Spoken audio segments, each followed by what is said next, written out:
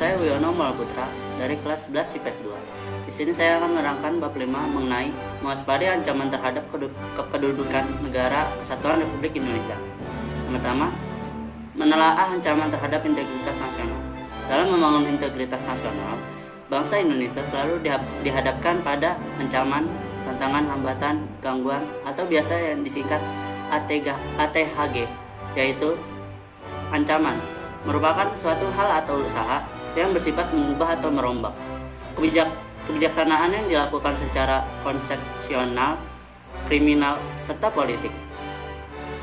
Yang kedua ada tantangan, merupakan suatu hal atau usaha yang bertujuan atau bersifat menggugah kemampuan. 3. Hambatan, merupakan suatu hal atau usaha berasal dari diri sendiri yang bertujuan melemahkan atau menghalangi secara tidak konsepsional. Yang keempat ada gangguan, merupakan usaha dari luar yang bertujuan melemahkan atau menghalangi secara tidak konsepsional. Ancaman bagi integritas nasional tersebut datang dari luar maupun dari dalam negeri sendiri dalam berbagai dimensi kehidupan seperti ideologi, politik, ekonomi, sosial budaya, serta pertahanan dan keamanan. Ancaman tersebut biasanya merupakan ancaman militer dan non-militer. Pertama ada ancaman bidang ideologi. Bangsa Indonesia belum sepenuhnya terbebas dari pengaruh paham lainnya, misalnya pengaruh liberalisme. Saat ini kehidupan masyarakat Indonesia cenderung mengarah pada kehidupan liberal yang menekan pada aspek kebebasan individu. Globalisasi ternyata mampu meyakinkan masyarakat Indonesia bahwa liberalisme dapat membawa manusia ke arah kemajuan dan kemakmuran. Akan tetapi, pada umumnya, pengaruh yang diambil justru yang bernilai negatif, misalnya gaya hidup yang diliputi kemewahan, pergaulan bebas, dan sebagainya. Yang kedua, ancaman di bidang politik. Ancaman di bidang politik dapat bersumber dari luar negeri maupun dalam negeri. Dari luar negeri, ancaman di bidang politik dilakukan oleh suatu negara dengan melakukan tekanan politik terhadap negara lain. Intimidasi, provokasi, atau blokade politik merupakan bentuk ancaman non-militer berdimensi politik yang seringkali digunakan oleh pihak-pihak lain untuk menekan negara lain. Ancaman yang berdimensi politik yang bersumber dari dalam negeri dapat berupa penggunaan kekuatan dalam bentuk penggerakan massa untuk menumbangkan pemerintah yang berkuasa. Bentuk lain yang digunakan adalah menggalang kekuatan politik untuk melemahkan kekuasaan pemerintah. Selain itu, ancaman separatisme merupakan bentuk lain dari ancaman politik yang timbul dari dalam negeri. 3. Ada ancaman di bidang politik. Globalisasi perekonomian di suatu pihak akan membuka peluang pasar produk dari dalam negeri ke pasar internasional secara kompetitif. Sebaliknya, juga membuka peluang masuknya produk-produk global ke dalam pasar domestik. Hal tersebut tentu saja selain menjadi keuntungan, juga menjadi ancaman bagi kedaulatan ekonomi suatu negara. Adapun pengaruh negatif globalisasi ekonomi yang dapat menjadi ancaman kedaulatan Indonesia, khususnya dalam bidang ekonomi diantaranya sebagai berikut. Yang pertama, Indonesia akan dibanjiri oleh barang-barang dari luar negeri. Yang kedua, cepat atau lambat, perekonomian negara kita akan dikuasai oleh pihak asing. Yang ketiga, timbul kesenjangan sosial yang tajam sebagai akibat dari adanya persaingan bebas. Yang keempat, ancaman di bidang sosial budaya. Ancaman yang berdimensi sosial budaya dapat dibedakan atas ancaman dari dalam dan ancaman dari luar. Ancaman dari dalam didorong oleh isu-isu kemiskinan, kebodohan, keterbelakangan, dan ketidakadilan. Isu tersebut menjadi titik pangkal timbulnya permasalahan seperti separatisme, terorisme, kekerasan, dan bencana akibat perbuatan manusia. Isu tersebut akan mengancam persatuan dan kesatuan bangsa, nasionalisme, dan patriotisme. Ancaman dari luar timbul sebagai akibat pengaruh negatif globalisasi, diantaranya sebagai berikut. Munculnya gaya hidup konsumtif yang selalu mengkonsumsi barang-barang dari luar negeri.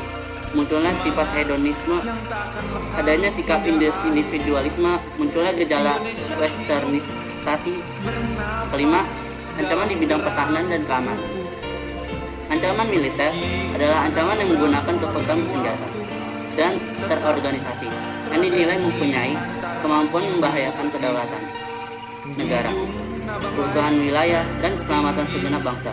Ancaman militer dapat berubah agresi atau invasi, pelanggaran wilayah, pemberontakan bersenjata, sabotase, spionase, aksi teror bersenjata, ancaman keamanan laut dan udara, gangguan keamanan di laut dan di udara merupakan bentuk ancaman militer yang mengganggu stabilitas keamanan wilayah nasional Indonesia. B. Strategi mengatasi berbagai macam ancaman terhadap Ipolexosbud Hankam dalam membangun integritas nasional. Yang pertama, strategi mengatasi ancaman di bidang ideologi dan politik. Untuk mencapai hal tersebut, bangsa Indonesia harus segera mewujudkan hal-hal sebagai berikut. Yang pertama, strategi mengatasi ancaman di bidang ideologi dan politik. Untuk mencapai hal tersebut, bangsa Indonesia harus segera mewujudkan hal-hal sebagai berikut. A. Mengembangkan demokrasi politik. B. Mengaktifkan masyarakat sipil dalam arena politik. C. Mengadakan reformasi lembaga-lembaga politik agar menjalankan fungsi dan perannya secara baik dan benar. D. Memperkuat kepercayaan rakyat dengan cara menegakkan pemerintahan yang bersih dan berwibawa. Yang E. Menegakkan supremasi hukum. Yang F. Memperkuat posisi Indonesia dalam kancah politik internasional. Yang kedua, strategi mengatasi ancaman di bidang ekonomi. Untuk mewujudkan hal tersebut, kiranya perlu segera diwujudkan hal-hal di bawah ini. Yang A.